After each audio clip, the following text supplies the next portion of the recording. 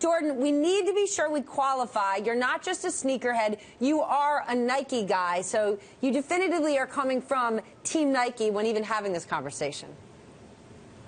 I am a huge sneakerhead, and I do love Nikes, but my expertise is not just Nikes. I know all the major brands. Well, talk to us. Why didn't it work with Kanye and Nike to begin with, and why could it work for Adidas? Well, actually, it did work for Kanye and Nike for a while. Kanye was one of the first people to open Nike's eyes up to really making high quality shoes. And the Yeezy line of shoes from Nike, they sell for more than $5,000. And there's a Yeezy 1 I always and a need Yeezy to know 2. this.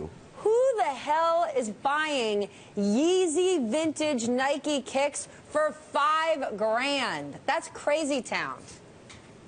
Sneakerheads, athletes, entertainers. The shoes only came out a couple of years ago. Actually, just over a year ago, the Red October Yeezy came out. It's selling for $5,000 or $6,000. It's really unbelievable what Kanye's influence is in the sneaker world. So why'd Nike leave him, or he leave Nike? You know, there was a difference of opinions between what Kanye was hoping to do with his name and the Yeezy brand and what Nike was hoping to do with their name and brand. And ultimately, Kanye moved over to Adidas. But Kanye wasn't only with Nike. For a while, he made shoes with Reebok. He made shoes with Bape. He even made shoes with Louis Vuitton. And so now he's switched over to Adidas. Really, he's been with more brands than anyone I can think of. What do you think, Kyle? Yeah, I think it's fascinating. I mean, it's a fascinating market. It's a master stroke of behavioral economics. So, you know, scarcity is all, but these things aren't that scarce. Like LeBron James has a shoe with Nike come out all the time. So we're on the 30th Air Jordan. They're not that scarce. Right. But Kanye's are kind of scarce, which is why you see them going for $5,000, $6,000. So it's the one part of the market that you could conceivably justify. What's the ultimate play? I mean, obviously, this limited edition run isn't going to move the needle much for Adidas. Is the hope that there's some sort of halo effect that other Adidas shoes become cool because of these Kanye shoes? That's exactly it. It's marketing. So reportedly, they're paying him about $10 million. You do the math, 350 shoes. They're only selling. And $10 million is a fraction. I mean, Kevin Durant's contract is $300 million with Nike. Right. So if they take a flyer with Kanye, even if he is a colossal brat, that's nothing compared to what they have to pay athletes. Yeah, and they're only selling the shoes for $350. So only so is it safe to assume, Jordan, this sneaker is going to be a complete blowout this weekend? So hot, Kanye doesn't need to be on talk shows selling it. It's going to sell itself just because it's got his name on it? This shoe's going to sell out, and any shoe that Kanye wears is going to sell out. There were a couple of Nike shoes that Kanye wore, an Air Max 1 with animal print on it, and an Air Max 90 with an American flag on it. They sell for thousands and thousands of dollars just because Kanye wore them. And the then American help us flag understand. You're the ultimate sneakerhead. What is it about Kanye that makes everyone want to wear his shoes? I mean, Snoop Dogg doesn't have this kind of pull. No, and Snoop Dogg has a contract with Adidas too, but nobody cares about his shoes.